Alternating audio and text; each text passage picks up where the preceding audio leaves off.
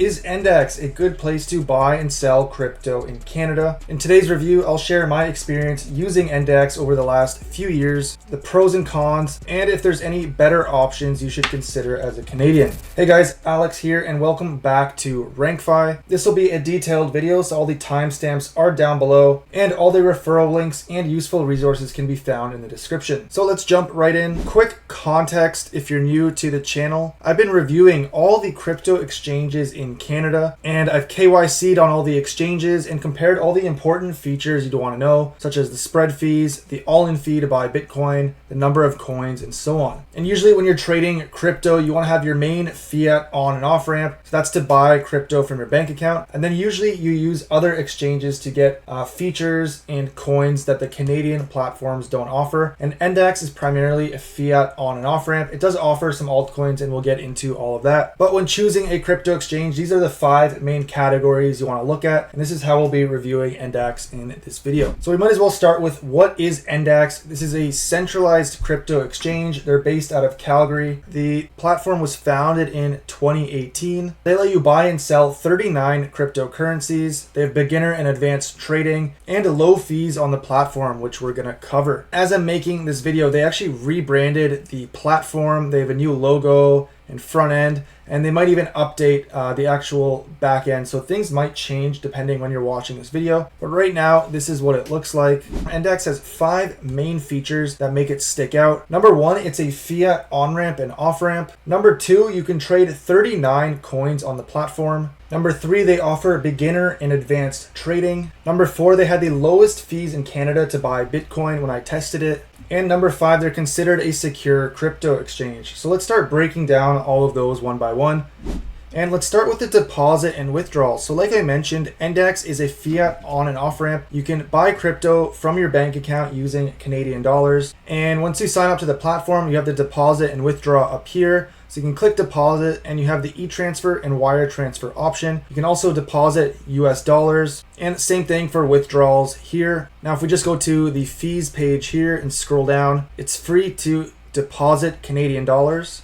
And when you're withdrawing Canadian dollars, it's either $1.50 or a $5 fee. It used to be $25 a couple years ago, I remember. So now at least it's a lot lower, which is much better. And in my experience, the deposit and withdrawals are very seamless, and I've never had any issues cashing out of the platform. Now, crypto withdrawals are also pretty good. They just added free Bitcoin withdrawals. Now they take up to 12 hours, but you pay no fee. And if you want a faster transaction, you can pay a fee. I just did the free Bitcoin withdrawal like last week, and it worked great. And then they also support multi-chain withdrawals, so you can withdraw crypto using different networks. USDC, for example, you can withdraw using ETH, Polygon, Binance Smart Chain. So that also helps you lower some of the fees if you're withdrawing crypto to another wallet or another exchange. Once you have funds on NDAX, they support 39 cryptocurrencies that you can trade. Now they have the popular ones like Bitcoin, USDC, Ethereum, Solana, and I'm just gonna scroll down so you can see all the coins here. You can also take note of the 24-hour volume. So there is lower volume on some of the altcoins, and I will touch on that later, as that's something you have to keep in mind if you want to trade at larger amounts. If we go to the features here and compare the coins, NDAX now has 39 coins, not 37. And this is how it compares to the other platforms I tested. Now the platforms near the top, these don't have fiat on-ramps for Canadian dollars, but that's how you can get way more coins than what Canadian exchanges offer. Again, that would be here. You would buy USDC on NDAX, for example, and then transfer it to those exchanges. Now, once you're actually trading on the NDAX platform, this is what the advanced trade looks like. So you can click buy in the top right, and then you have your market order, your limit order, and then your advanced order types. This works really well. I really got used to this, and I use this a lot. You have the order book on the right, order history on the bottom right, your charts from TradingView with indicators, different tools. Down here, you have your open orders, your order history, and other information. Now they also do have a beginner trading platform. So if you want to just place a market order, you can go here on the home page and just do a quick buy and sell. They also have a mobile app, which works great as well. So you can do all your trading on the go. Now some of the other features that they have include recurring purchases. So if you want to DCA into the market, you can set up a recurring buy and purchase any cryptocurrency you want. They also have a staking tab here. So these are the cryptocurrencies that you can stake on the platform. Just keep in mind the staking does have a 20% fee on the total generated generated rewards. Now, other exchanges in Canada that have staking include Kraken, BitBuy, Wealthsimple Trade, Newton is adding it, Coinbase has it. So you may want to compare rates if you're going to be staking on a centralized exchange. I think the best option is on a self-custody wallet because you usually get the highest APYs, just something to keep in mind.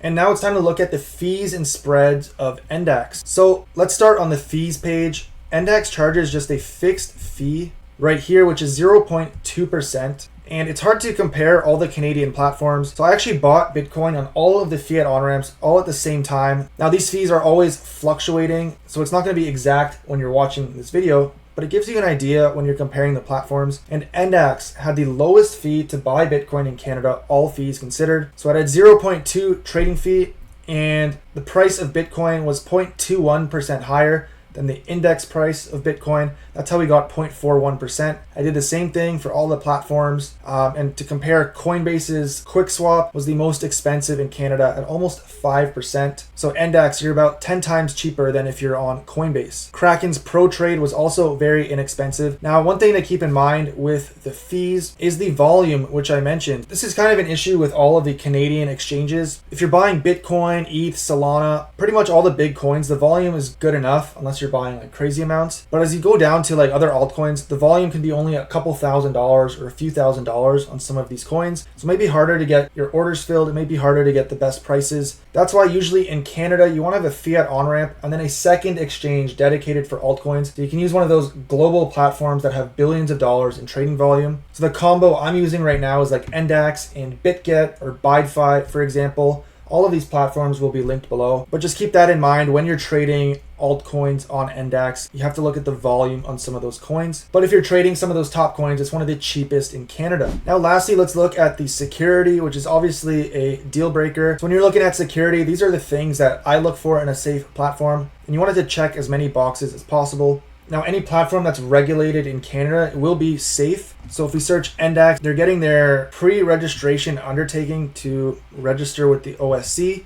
So you can find them here along with other exchanges like Coinbase, ShakePay, etc. They're also licensed with FinTrack. They've never had any hacks or incidents, mandatory KYC based out of Calgary, and different security features to secure your account. Now, I don't recommend holding crypto on any centralized exchange, but NDAX is definitely considered a secure platform. And you can compare all of this yourself if you want on RankFi.com. So let's sum everything up. Here are the pros and cons of NDAX. No exchange is perfect. And the main downsides are it has low volume on some of the altcoins. They only have 39 coins. So with thousands of cryptocurrencies out there, you can only trade a handful, and some of them do have low volume. And the other concern, which isn't a huge deal, but Canadian withdrawals are not free. It's either $1.50 or a $5 fee to withdraw, just something to consider. So overall, what's my review of NDAX? Well, I still have this as one of Canada's best crypto exchanges. And what I found reviewing all of these platforms, like the main differentiating factor is the fees. All of the platforms have lots of coins. All of the platforms let you deposit money. They're secure. And NDAX had the lowest fees to buy Bitcoin, and it's one of the cheapest for buying the popular coins. That's why I have it as the best exchange for Canadians. Kraken is also up there, another good option. But then you're also going to want a second, maybe third exchange if you're the person that wants to trade hundreds of coins